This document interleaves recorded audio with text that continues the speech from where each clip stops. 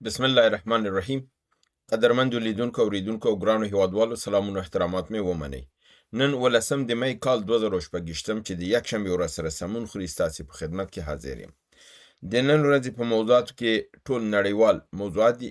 ډېر کړکېچن حالات دي. بیرته خبره د جنګ خواته روانه ده. امریکا رئیس جمهور پس له هغې نه چې د چین دوره ناکامه شوله، اوس دا قصور ټول غواړي د ایران او یا هم چنان کېدای شي د سیمې د بل مملکت لکه د پاکستان نه دا قصور وباسي. همدې لپاره دې موضوعاتو باندې بحث لرو. نور نړیوال موضوعات هم شته دی او په اخر کې په پاکستان کې د مجاهدینو د ازادي غوښتونکو زبردست فشارونه پر پاکستان، ډیر زیات تلفات پاکستان اردو لګیا دی ورکوي او همدارنګې په نور عملیات د خیبر پښتونخوا او بلوچستان کې ټول ستاسو خدمت ته وړاندې کوم. د نن ورځې اول خبر مې همدا دی چې د ډونالد ټرمپ دا سفر ټولو نړیوالو رسنیو په غټه پیمانه د یو لوی ناکامۍ سره مخ کړی دی او دغه کړی، یعنې دا تحلیل او تجزیه کړې ده چې دا لویه ناکامي وه. دا سفر امریکې لپاره یو ښه سفر نه و. اکثرا تحلیلګران دا وایي چې ښه دا وه چې دا سفر یې نه وی کړی. او څرنګه چې تاسو ته معلومه ده، ما خپل په برنامو کې تاسو ته ویلي وو که چېرته د ایران موضوع دی حل نه کړي او دی چین ته لاړ شي، د ده دا دوره ناکامیږي، دا کم نتیجې ته نه رسیږي. ښه دا ده چې یا دوره ماتل کړي او یا دا دی چې د ایران موضوع یو طرفه کړي بیا چین ته لاړ شي. تاسو وکتل چې د ده دا دوره کاملا ناکامه شوې ده. په مجموعي توګه باندې د غربي نړۍ میډیا به راواخلو ځکه ډېره مهمه ده. که هر څه نشي هغه میډیا کېدای شي خپل د ملک او دې لپاره دروغ ولیکي. زموږ او تاسو خو میډیا بل حساب دی، مګر خپله د غربي نړۍ میډیا مهمه ده چې هغوی څه وایي. په دې کې فارن افیرز، NBC نیوز، نیویارک ټایمز، کونسل آن فارن ریلیشنز، فارن پالیسی، دغه د انډیپندنت ورځپاڼه او همدارنګې د واشنګټن پوسټ ورځپاڼه، دغه ټول په یو دغې سره لیکي چې د ټرمپ دا دوره یو ناکامه دوره وه. تجارتي دغه اهداف لاسته رانغلل، سیاسي اهداف لاسته رانغلل، د ایران په قضیه کې پرمختګ ونه شو، د تایوان په مسله کې په حساب یو بنبست سره مخ شو او همدارنګې کم تجارتي اهدافو لپاره شتلي وو هغه هم ترلاسه نه کړل، بلکې دا داسې یو دوره وه لکه چې څوک چې ځي د خپل د دورې تسلیمي چې ورکوي. کله چې یو کس د یو کار نه خلاص شي بل کار ته چې ځي، نو خپل د په مخکیني کار چې په یوازې بل څوک مقرر هغې ته دورې تسلیمي ورکوي، یعنې هر شی حسابي ورکوي چې زه راغلی وم دې دفتر کې دغه شیانو دا او دا او دا اوس دا دی ځم دا ټول موجود دي. یعنې امریکا د یو سوپر طاقت په حیث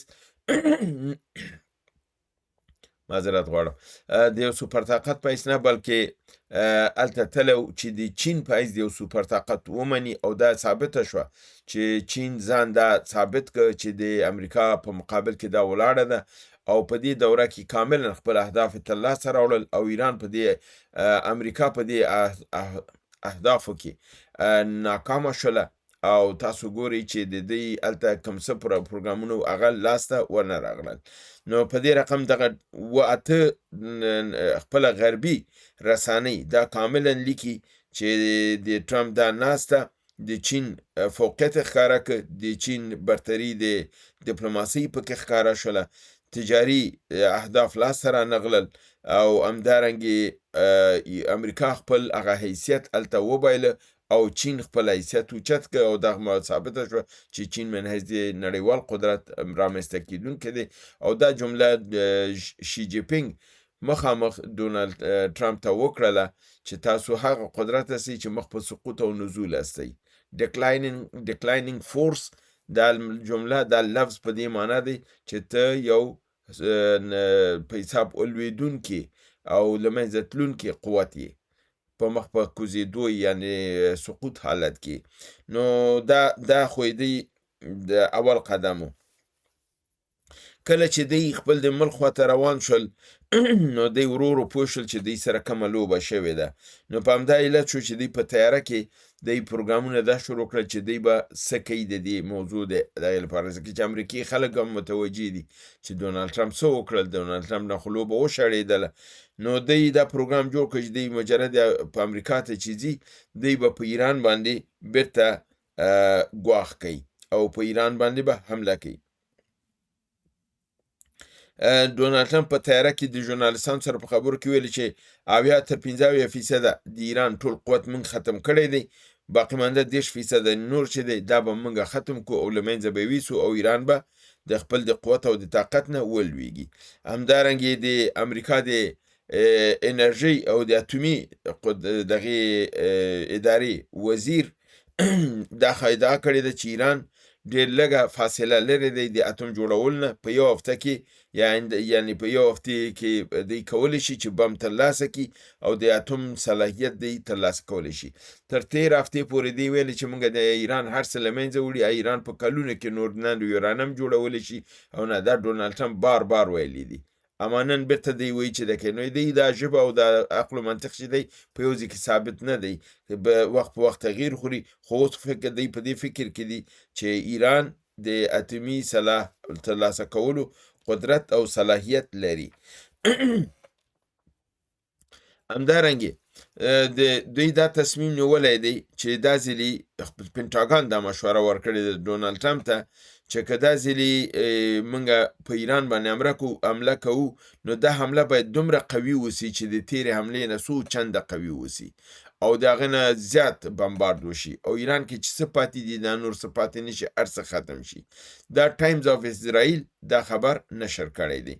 دویم دا ویلی دی چې په پس له هغې نه چې ایران هم ښه ووهه او هر څه ورته ختم کړه، بیا به خپل نظامي قوه د ایران په خاوره کې به کوز کو او په دې ترتیب سره به ایران منګه ونیسو. او اسرائیل ویلی دی چې دا حمله ممکنه ده په 18 یا په 19 باندې د ایران په مقابل کې شروع شي. او زمين کې دا خبره هم کړې ده که چیرته موږ ته امریکا مخکې اشاره راکړله نو موږ کې دې شي مخکې شروع کو، یعنی نن دا 18 ورځ هم د خودلې ده چې که چیرته اشاره وشو موږ په 18 باندې هم برید شروع کولای شو. نو دی اوس هم هغه پخواني خوبونه ګوري چې دی فکر کوي چې تیر ځلې ونه شو کولی، دا ځلې خو یې بلکل نشي کولی. دا ځلې ایران د تیر ځلې نه هم زیاته اسلحه قوي کړې ده. هر ځلې چې تاسو جنگ ختموي ایران خپل اسلحه او دا پوزیشن تغییروي. ایران د مخکې نه زیات اسلحه اوس لري. په دغه دومره د 18 اپریل نه تر اوسه چې څه کم یو میاشت کېږي یا څه د پاسه یو میاشت کېږي، ځکه چې اوس 18 دی، یعنی یو میاشت 4 ورځې کې دې ورځو کې 2 میزایل درته نور جوړ کړي دي چې ته خپله ورته حیران پات شي. دا یو بل اشتباه ده چې تاسو به کوئ او په ایران باندې به برید کوئ.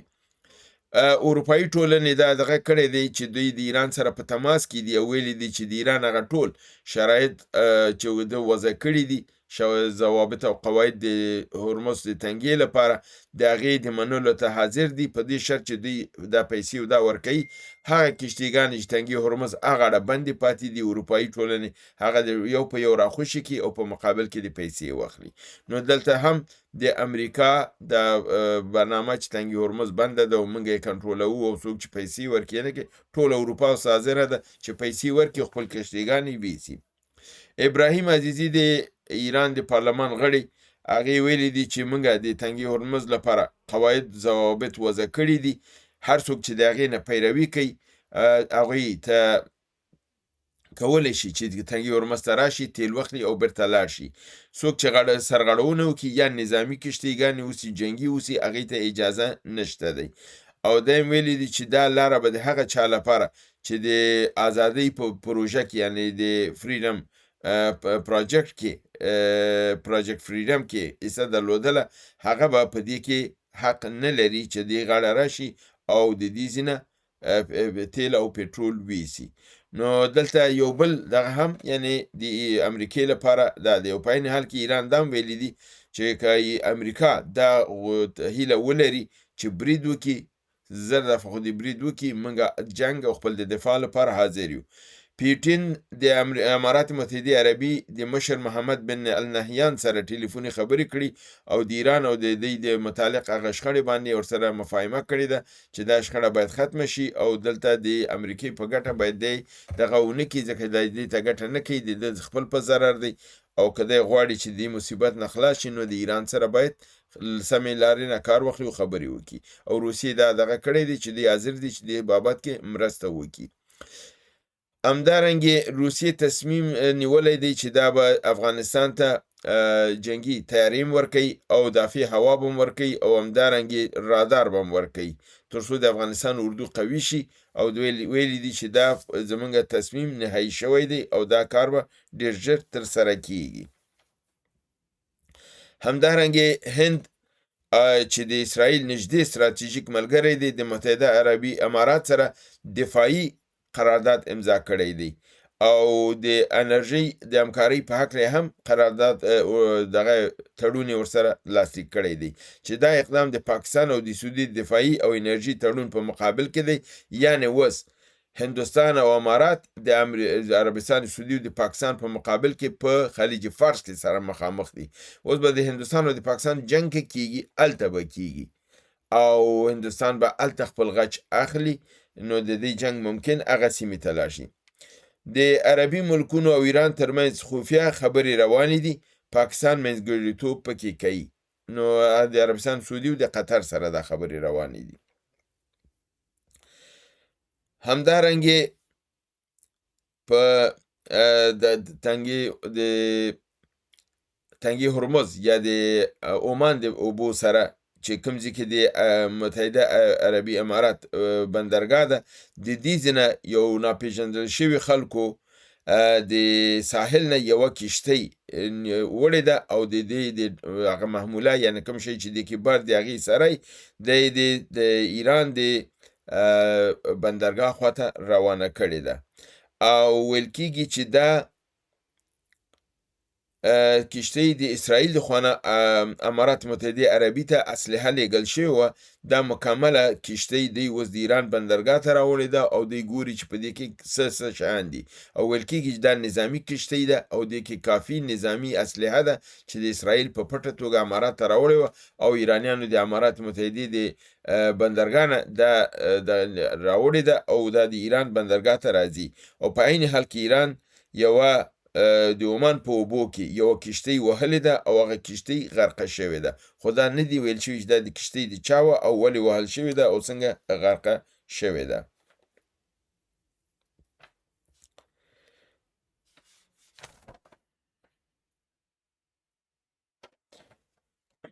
اوس راځمه د نن ورځې د خیبر پښتونخوا په کې د حملو او بریدونو راپور ته. د بنو پولیس په مرکزی د قومندې په دغه کې الته پولیسو د خپل د مشر قومندان یا د حکومت مرکزی د امر نه انکار کړی دی او د په حساب د یو نظامی بغاوت دی او دی ویلي دی چې نور دی داسې احکام نه مني چې په سیمه کې دی د خلکو سره په جنګ یا خلک به وژني او د کېږي نو دی د خپل د مشرانو د احکامو د منلو نه ډډه کړې ده. په بنو کې د پولیس مرکزی قومنداني د مرکزی دغې نه قومندې نه انکار کړی دی. همدارنګه په راولپنډۍ کې یو لوی بمي انفجار شوی دی چې د 50 تنو نه زیات پکې وژل شوي او ټپیان شوي دي. دغه انفجار د میټرو بس په لین کې چې د فیض آباد او د مري ترمنځ و په دلته واقع شوی دی.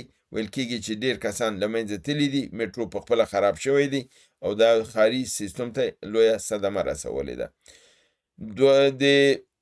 په باجوړ کې دویمه لویه حمله یعنی برید پرون تر سره شو او ویل کېږي چې په دې برید کې د 15 نه تر 50 تنه پوځیان وژل شوي دي او نور په سیمه کې کور په کور جګړه روانه ده او چیرته چې پوځیان پټ شوي دي هلته مجاهدین ورپسې ورغلي دي دی وهي. نو د هغې باجوړ د کوم چاودنه چې بله ورځ شوې وه د هغې نه بعد دا دویمه لویه حمله ده چې په دې کې 15 نه تر 50 کسانه د پوځ وژل شوي دي. همدارنګه د یو بمي چاودنې په نتیجه کې 8 تنه نظامیان د پاکستان وژل شوي دي چې دا چاودنه په خیبر پښتونخوا کې شوې ده. بله خبر دا ده چې مولانا فضل الرحمن خبرداری ورکړی چې پاکستان د اقتصادي فشار لاندې دی، د خلکو د ژوند وضع ښه نه ده، او که حالات اردو سم نکي او غفلت نه کار واخلي نو دا به په یو ډېر لوی ملي حرکت باندې مبدل شي او د نظام به خپل کنټرول ونشي ساتلی. همدارنګې په 15 د می مجموعاً 8 عملیات په خیبر پختونخوا کې او په بلوچستان کې شوي دي، چې په جنوبي وزیرستان کې 3 عملیات، په کوټه کې 1 عملیات، په خیبر ولایت کې 1، په اورګزي ولایت کې 1، پېښور ولایت کې 1 او د پشین په ولایت کې 1. یعنی دا 2 عملیات چې کوټه او پشین په بلوچستان کې دي او دا نور په خیبر پختونخوا کې دي. جنوبي وزیرستان بدر ولسوالۍ د کټورۍ په سر سیمه کې د اف سی پر پوسته د دراسکوف په برید کې 1 عسکر وژل شوی دی. جنوبي وزیرستان بدر ولسوالۍ د کټورۍ اوبو لیږدولو عسکر باندې برید شوی دی چې هغه وژل شوی دی. همدارنګه جنوبي وزیرستان شکتوی ولسوالۍ پیاژه سیمه کې د میره پوستې باندې دراسکوف په برید کې 1 عسکر وژل شوی دی. په بلوچستان د کوټې ولایت هرنای ولسوالۍ زرغونغر سیمه کې په برید کې 14 اجیر عسکر وژل شوي دي. ډېر اسلحه غنیمت شوې ده او پوځ لا هم محاصرې لاندې دی. 1 مجاهد هم د شهادت جام نوش کړی دی. خیبر ولایت لنډي کوتل ولسوالۍ سی ټي ډي کانسټیبل عاصم هدفي برید کې وژل شوی دی. ورکزی کلایي ولسوالۍ سونګړه سیمه کې په پرته پوسې باندې دراسکوف په برید کې 1 عسکر وژل شوی دی.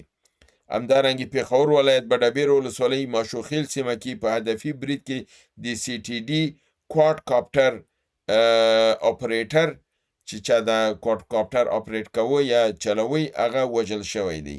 په بلوچستان په پشین ولایت کې د چمن ولسوالۍ مجاهدینو یو برید کړی چې د پوځ دغه یو مخبر هلاک کړی دی. دا زما د نن ورځې خبرونه چې تاسو سمته مې وړاندې کړل. هیله ده چې برنامه وګورئ، خوا کې دوستانو سره شریکه کړئ.